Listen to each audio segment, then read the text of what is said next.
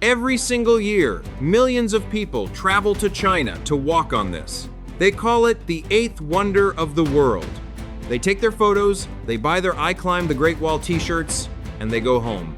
But here's the uncomfortable truth. Almost everything you think you know about the Great Wall? Probably wrong. Is it really visible from space? Was it actually effective? Did they really bury workers inside it? I'm Stickman Xing, and today we're on the streets at the base of the Great Wall. I've got 5 questions for you, 20 seconds each. If you can answer all 5 correctly, you know more than most tour guides. Again, let's climb in. We're in a small village just north of Beijing. Behind me, you can see it snaking across the mountains. Everyone knows it's long. But here's the question that starts arguments among historians.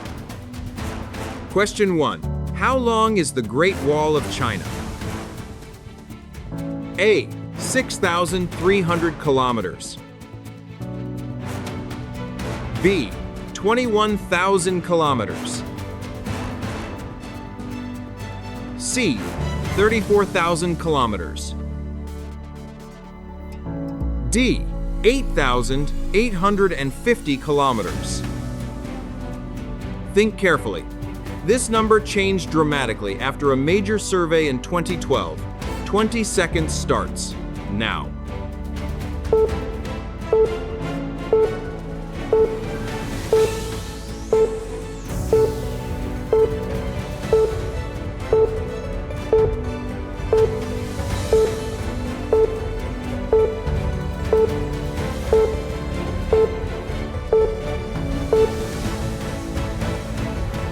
Time's up. The correct answer is C, 21,000 miles or 34,000 kilometers. The answer is 21,000 kilometers, or about 13,000 miles. But here's why that number surprises everyone. For years, we only counted the Ming Dynasty wall. That's the beautiful one with the bricks and watchtowers. That's about 8,800 kilometers. But in 2012, the Chinese government did a full archaeological survey. They found walls from earlier dynasties, walls from the Qin dynasty, the Han dynasty, walls that had collapsed into dirt, walls buried under sand. When they added up everything, every dynasty, every branch, every collapsed section, the total length more than doubled. So technically, if you walked every section ever built, you'd walk halfway around the Earth.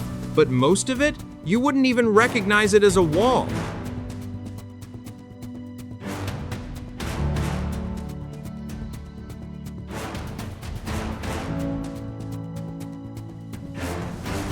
Everyone asks this question. It's the most famous myth about the Great Wall, and I'm about to ruin it for you. Question 2. Can you really see the Great Wall of China from space? A. Yes. Clearly visible to the naked eye. B. Yes, but only with binoculars. C. No. It's impossible to see with the naked eye.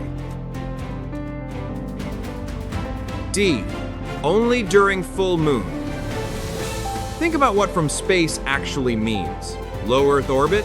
The moon? Be honest with yourself. You have 20 seconds.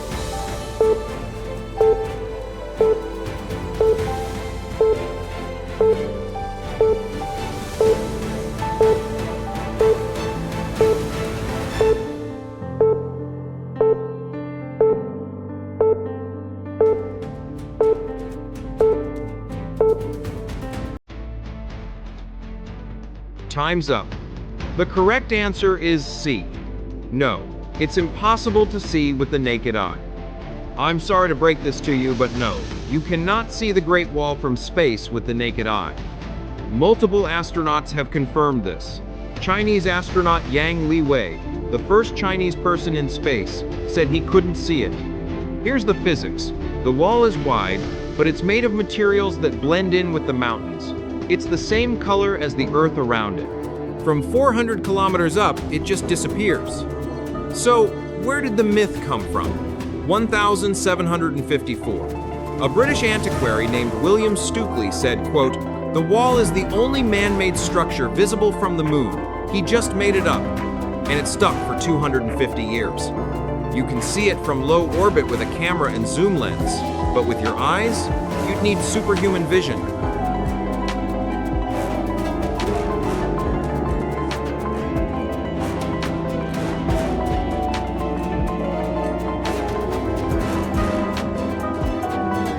Look at these bricks. They've been here for hundreds of years. But what held them together? What's the secret ingredient? Question 3. What was the special ingredient used in the mortar that holds the Great Wall's bricks together? A. Egg whites. B. Sticky rice. C. Human hair. D. Animal blood. This sounds like a cooking show question, but the answer is real science, and it's why the wall survived for centuries, 20 seconds.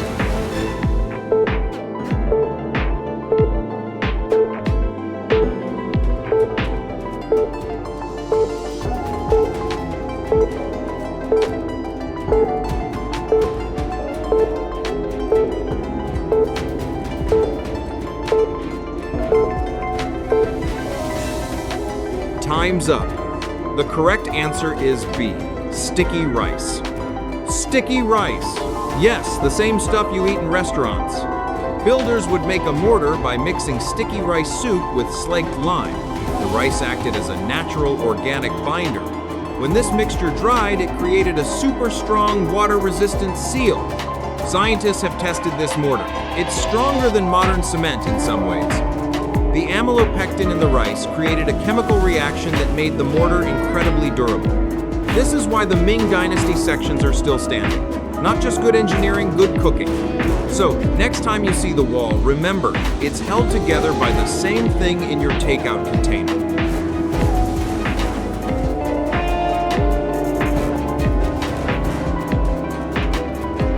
These watchtowers, everyone loves them.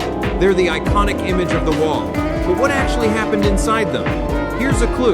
It wasn't just watching for enemies. Question 4. Besides military defense, what was another primary function of the Great Wall's watchtowers? A. Religious temples for monks. B. Postal relay stations for messages. C. Storage for imperial treasures. D. Luxury hotels for visiting emperors.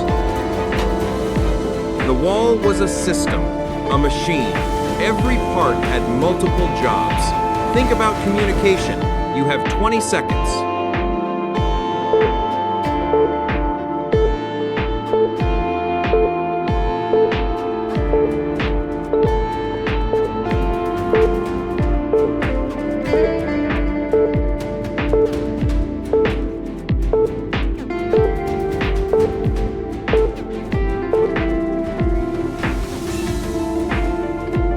Time's up.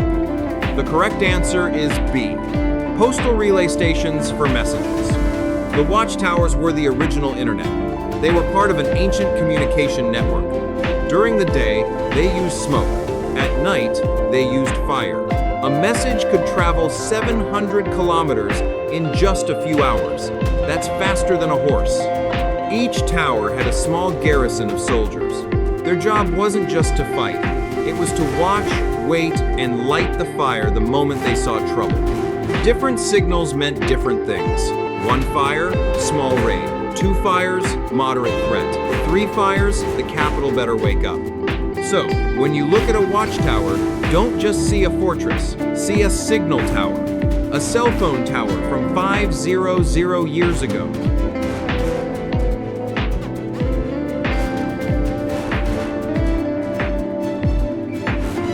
This section isn't pretty, it's not restored, but it tells the real story, and that story involves a dark legend. Question 5. According to legend and folklore, what was done with some of the workers who died building the Great Wall? A. They were buried inside the wall. B. They were sent home for family burial. C. They were cremated on mountaintops. D. They were thrown into the moat. This is a dark one, but it's part of the wall story. You've probably heard something about this. You have 20 seconds.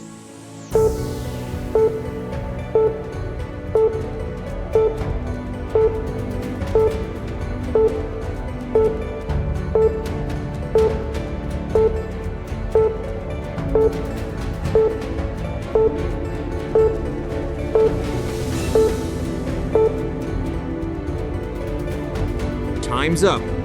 The correct answer is A. They were buried inside the wall. The legend says that workers who died during construction were buried inside the wall itself. Their bodies became part of the structure.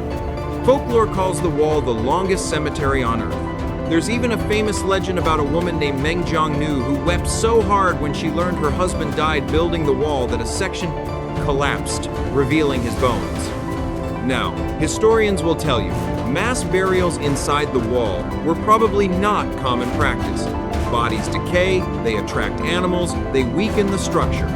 But here's what is true. Workers died by the hundreds of thousands. From exhaustion, from accidents, from starvation. They were often buried in mass graves near the wall. And their families never knew what happened to them. So while the bodies in the wall story is more myth than fact, the human cost? That's absolutely real. The wall is built on bones, just not literally inside the bricks. So, how did you do? 5 out of 5? If you got them all, congratulations. You just beat the myths. If you learned a few things, that's why the wall still matters. Next time you see photos of the Great Wall, or if you're lucky enough to walk on it, don't just see stones. See the workers. See the signals. See the sticky rice. See 2,000 years of history trying to hold itself together. So here's the rhythm of this channel. Tuesdays, quick quizzes, 5 facts, 10 minutes, test yourself. But Thursdays, that's when we go deep.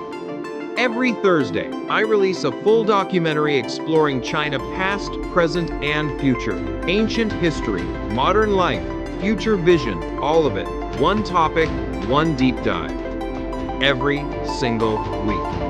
30 minutes, no crowds, no gift shops, just the real wall, the way it's existed for centuries, and the stories of the people who built it. Click the link right here to watch it now, and comment below. Which myth about the Great Wall did you believe? The space thing? The bodies in the wall? Let me know. I'm Stickman Xing. Keep questioning, keep exploring. See you Thursday.